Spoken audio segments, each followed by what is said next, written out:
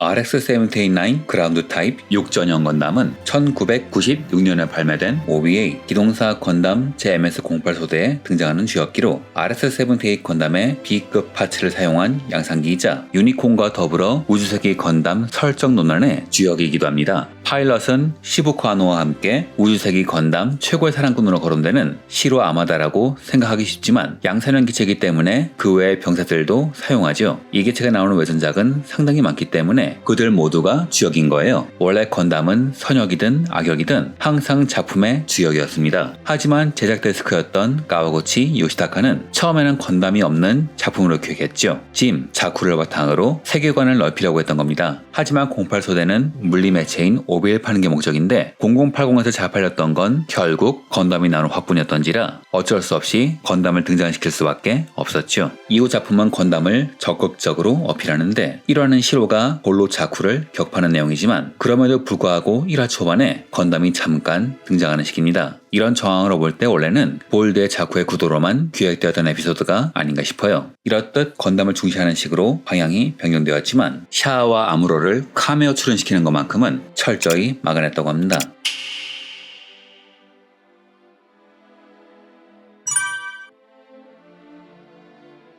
V작전의 일환인 RX-78 건담은 설계 스펙을 발휘하기 위해서 품질 체크를 까다롭게 했는데 그 바람에 사용할 수 있음에도 불구하고 규격 미달이 된 파츠가 대량으로 남아버렸습니다. 그래서 이 1급 파츠를 조립하여 시험적으로 만든 것이 6전형 건담이죠. 6전이란 육상전, 지상전을 줄인 일본어의 줄임말이니 한국식으로 따지면 지상전용 건담 정도가 될 텐데 이미 때는 늦어 6전형 건담이라는 이름이 굳어지고 말았어요. 6전형 건담은 일종의 테스트를 위한 양산기입니다. 다만 건담의 인력 파츠를 활용한 기체이므로 짐처럼 대량 생산된 건 아니죠. 활용된 것은 동력, 구동, 전장기의 파츠로 외장과 장갑, 그리고 세미 모노코크 프레임은 완전 신규 설계입니다. 목적 자체가 중력권 하에서의 테스트였기 때문에 구조는 6전에 특화되었고 그래서 우주용 장비를 제거하고 서치라이트, 방진 대책, 윈치 등의 지상용 장비를 장착했는데 그 바람에 기체의 무게는 더 무거워져 버렸죠. 코어 블럭 시스템도 폐지되었지만 제너레이터는 동일하며 장갑과 부재도 오리지널과 마찬가지로 루나 티타늄 합금을 사용하고 있었죠.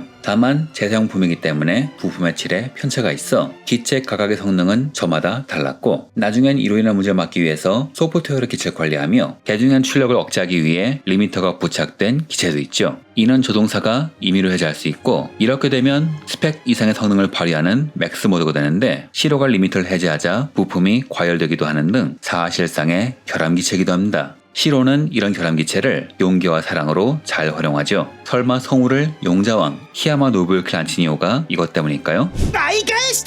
가장 큰 특징은 백팩인데 원본이 RX-78과는 달리 완전히 별개의 것으로 작전을 수행하기 위한 여러 장비를 설치하는 데 중점을 두었습니다. 6전형 건담은 건담의 인력 부품으로 만든 기체라 전쟁이 길어지면서 부품 부족에 시달리게 됩니다. 그래서 나중엔 6전형 짐의 부품을 많이 활용하게 되는데 그 결정체가 뿔 없는 건담으로 유명한 EG-8이죠. 제조 대수는 총 20대 정도라고 하는데 대부분은 동남아시아 극동 방면에 코지마 대대에 배치되었고 이후 인형기체가 다른 소대에 보급되었죠. 왜 이렇게 두루뭉술한 설정인가? 6전형 건담은 게임인 기렌의 야망과 함께 건담 MSB를 정사에 편입시키는 것을 성공시켰지만 기존 건담 사가와의 설정 충돌, 나아가 본편 자체에서 설정 충돌이 생기는 바람에 팬들 사이에서 논란이 많았습니다. 0080, 0083은 작품이 각자 설정을 만드는 바람에 이후 MSB가 정사에 편입되는 바람에 나아가 가도키아지메가 건담 센티넬을 바탕으로 이 시장에 뛰어들면서 건담의 모형화 기획의 중심에 서게 되는데 이때 모형화 전개를 효율적으로 하기 위해 설정을 바꿉니다. 이는 점점 줄어드는 건담 사업의 매출을 회복하기 위한 방안이었는데 문제는 이게 90년대에 몰리는 바람에 심지어 08소대는 작품 초기와 후기 설정마저 다르기 때문에 설정을 따지는 것 자체가 그다지 의미가 없어요. 대표적인 예가 6전형 건담의 수량이죠. 매체마다 기술이 달라서 20여 기, 딱 20기, 20기 정도 등으로 표기가 제각각이에요. 그리고 나중에 외전에선 동계열 기체가 등장하는 바람에 이에 관한 설정은 점점 두루뭉술해져 갑니다. 08소대 본편에 등장한 것만 12대이며 세가 세턴 게임인 더 블루 데스티니에서 셋,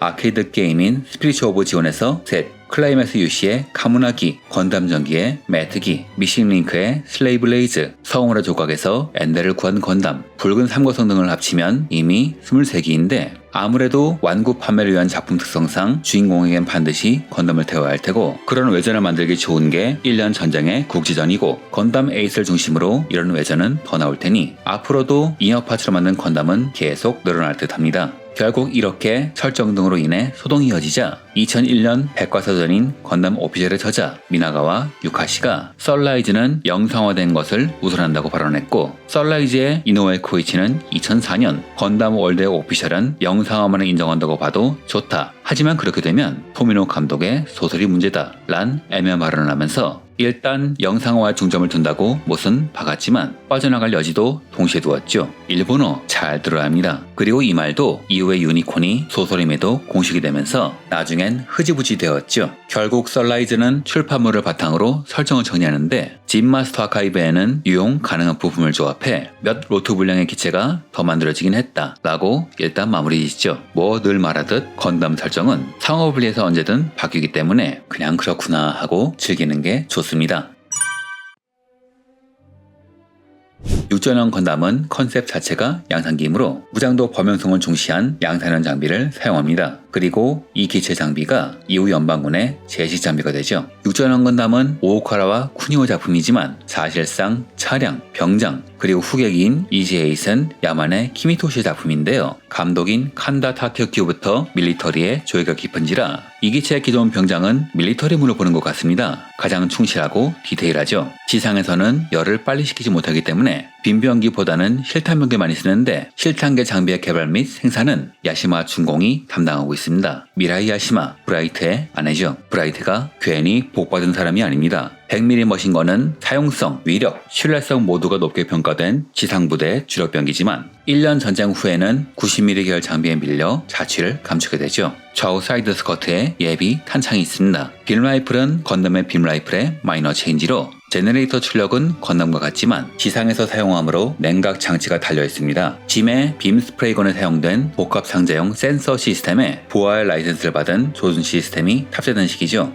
장탄수는 최대 16발, 기본적으로 중거리 장비지만 조종사의 기량에 따라 약 10km 장거리 사격도 가능하다고 합니다. 다만 이 당시에는 모빌 수천 빈병기가 많이 보급되지 않아서 생산 대수 자체가 적었으며 지상에선 대기의 영향으로 인해서 명중률과 위력이 저하되므로 지상에선 실탄 장비를 주로 사용합니다. 초기 설정에선 출력이 부족해서 빔은 쓸 수 없다는 설정이었지만 어느샌가 사라지고 빔 라이플을 장비한 사례죠. 이후 이 기체의 설계 데이터가 짐 선행형으로 이어지고 선행형의 데이터는 디테일이 더 떨어져 보이는 짐으로 이어지면서 이 기체는 테스트 기로서의 역할을 훌륭히 수행합니다. 180mm 캐논은 오프닝에서 화제가 된 장비로 자쿠를 한 방에 파괴할 수 있습니다. 평상시엔 분해하여 등 뒤에 컨테이너 수납하죠. 로켓 런처는 육상형으로 조정한 바주카로 역시 컨테이너 수납 가능합니다. 밀리мет의 사용을 전제로 만들어졌기에 하이프 바주카의 배럴을 잘라낸 형태죠. 지금은 로켓 런처라는 이름이지만 초기엔 육전형 바주카라 했어요. 바주카라는 게 밥 번제 악기에서 따온 로켓 런처의 애칭이므로 이를 알고 슬쩍 바꾼 게 아닌가 합니다.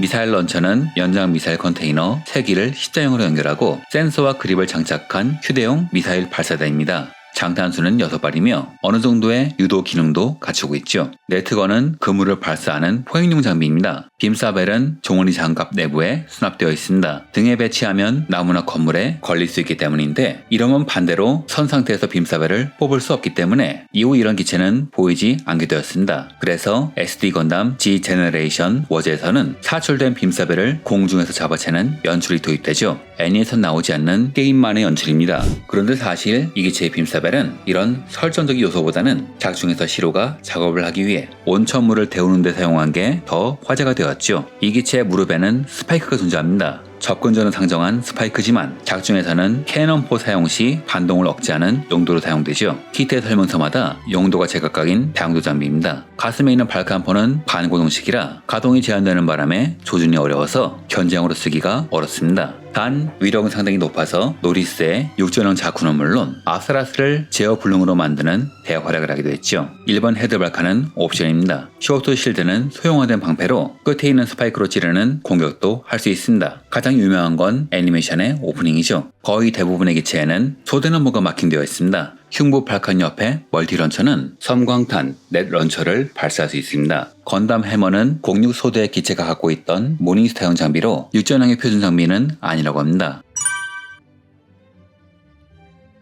7호의 육전형 건담은 압사라스 2와의 전투 이후 중파됩니다. 이후 이를 짐과 자코의 파츠로 개수한 기체가 바로 EG-8이죠. EG-8이란 엑스트라 제로 8이란 뜻인데 08소대 디자인과 기획에 밀리터리적 요소가 많이 도입된 걸로 볼 때 이름의 유래는 M4 중전차의 베리에이션 중 하나 EG-8가 아닌가 합니다. 참고로 이 기체가 처음 나왔을 땐 뿔이 없다는 점이 화제였는데 그 뒤에는 아예 입에 뿔이 달린 기체가 나와버리고 말았죠. EG-8은 단순한 개수기가 아니라 시로의 의견을 반영하여 지금까지 운영에서 드러난 육전형 건담의 세부 문제점이 개선된 실전기입니다. 우선 기존 기체는 이마의 안테나가 나무에 부딪혀 파손되는 경우가 많았기 때문에 위로 뻗는 로드 안테나로 장비가 변경되었으며 멀티런처와 발칸이 사라지고 발칸포는 머리 장비되었습니다. 기존의 발칸포는 사용하기가 어려웠던 데다 헤비암즈도 아니고 콕핏 바로 옆에 화약이 있는 위험한 설계라 안전을 위해서 철거한 것이죠. 35mm 발칸포라 위력은 줄었지만 마젤라 토벨 전면 장갑을 뚫을 정도의 화력은 됩니다. 대신 이 때문에 머리에 있던 스노클 카메라와 지분 마이크는 사라졌습니다. 헤드 발칸의 약한 위력을 보완하기 위해 흉부에는 12.7mm 대보급용 소내식 발칸포를 증설했습니다. 좌우 60도, 위로는 20도, 아래론 마이너스 60도로 움직일 수 있죠. 그 밖에도 전신의 덕트나 인테이크 등을 장갑으로 덮고 관절도 최대한 노출되지 않는 구조로 개수, 옥사뼈나 발목 부분의 장갑도 변경된 사실상의 커스텀기죠. 장갑이 보강되었기 때문에 내구력이 향상되었으며 정비성 또한 높아졌습니다. 하지만 전선에서 파손된 기체를 응급처치식으로 개조한 기체여서 사실 곳곳의 성능은 기존보다 떨어진다고 하네요.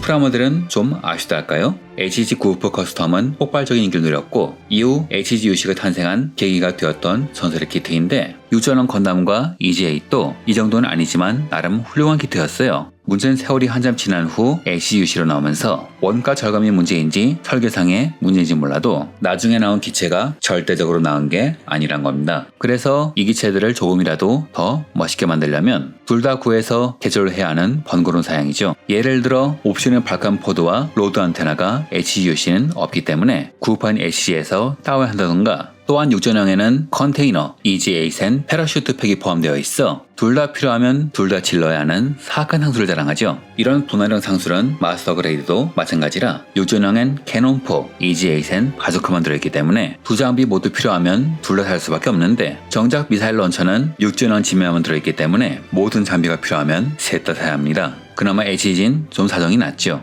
육전형 건담의 경우 HG는 1996년, HG-UC는 2007년과 2018년에 두 차례 발매되었는데 2007년판은 머신건과 캐논과 컨테이너, 2018년판은 빔라이플이 추가되어 있습니다. 또한 EG-8은 빔라이플, 머신건, 그리고 패러슈트 팩이 포함되어 있으며 네트건과 로켓런처가 필요하면 HG-UC 육전형 짐을 사야 하죠. 그래서 팬들은 2018년에 프리미엄 반다이로 패러슈트 팩이 나오기 전까지 장비 컴플리트를 하기 위해서 키트를 다 사야 했죠. 관계도 없는 짐덩어리까지 말이죠. 지금은 패러슈트 팩에 다 들어있습니다. 물론 구할 수 있단 말이죠. 또한 EG-8은 마지막에 나온 게 2016년인데 98년에 나온 키트는 패러슈트의 벨트를 조형으로 재현했지만 신형은 스티커로 떼온 게 고작이기 때문에 대체 무슨 생각이냔 말을 많이 들었습니다. 인기가 없어서 그런지 리바이브 버전은 생산되지 않았죠. 또한 35분의 1 우주세기 하드그래프, 지구연방군대, MS 특기병 세트에서는 육전형의 8만이 프라모델로 존재하는데요. 이걸 개조해서 본체를 만드시는 분도 어딘가에 계시겠죠?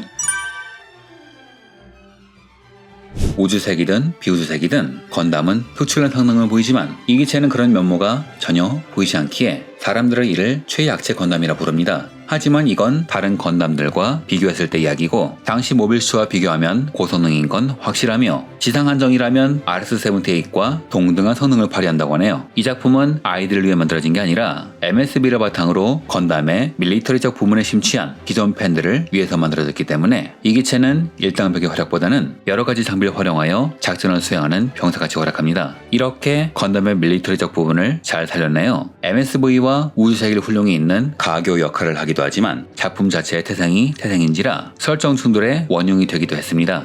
처음엔 장갑제가 평범해서 내구성이 약했다고 하다가 나중엔 루나 티타늄 합금이 되기도 하고 처음엔 부족한 출력이 나중엔 제너레이터가 같다고 바뀌는 식으로 사람들을 헷갈리게 한 기치기도 하죠. 즉 건담은 정해진 설정을 밀고 나가기보다는 상품화를 위해서 편한 쪽의 설정을 나중에 취하는 경우가 많은데요. 그 대표적인 사례가 바로 육전형 건담이고 이런 요소가 가장 두드러지는 게 오프닝의 명장면이죠. 육전형 건담의 프라모델이 유명했던 이유는 건담 계열 중 최초로 앉아서가 가능했기 때문이죠. 오프닝에서 실드에 180mm 캐논을 걸쳐놓고 발사하는 장면은 요네쿠라 치히로의 노래가사와 어울려 빛나는 포라 불리는데 사실 이런 장면은 작중에 등장하지 않습니다. 잘 보면 실드는 따로 박혀있고 캐논은 서서 쏘고 있죠. 착시 현상입니다. 문제는 키트 자체는 앉아서가 가능하도록 설계되어 있지만 이 포를 실드에 걸치는 건 이야기가 다릅니다. 이게 화제가 되었으니 키트는 어떻게든 이를 재현해야 했는데요. 그래서 실드 설정보다 크게 만들고 상부엔 원작이 없던 파츠를 붙여넣었으며 실드가 자립해야 하기 때문에 초기 설정엔 없던 바이포드가 붙어버렸죠. 설정을 고집한다면 굳이 이렇게 할 필요가 전혀 없지만 상품성을 생각한다면 사람들의 인식을 따라가야 하기 때문에 그렇게 할 수밖에 없다는 슬라이즈의 방침을 아주 잘 보여주는 사례가 아닌가 합니다. 그 바람에 이후 육전형 건담의 키트는 뭘 해도 움직임이 경이롭지만요. 이상으로 영상을 마칩니다. 시청해주셔서 감사합니다.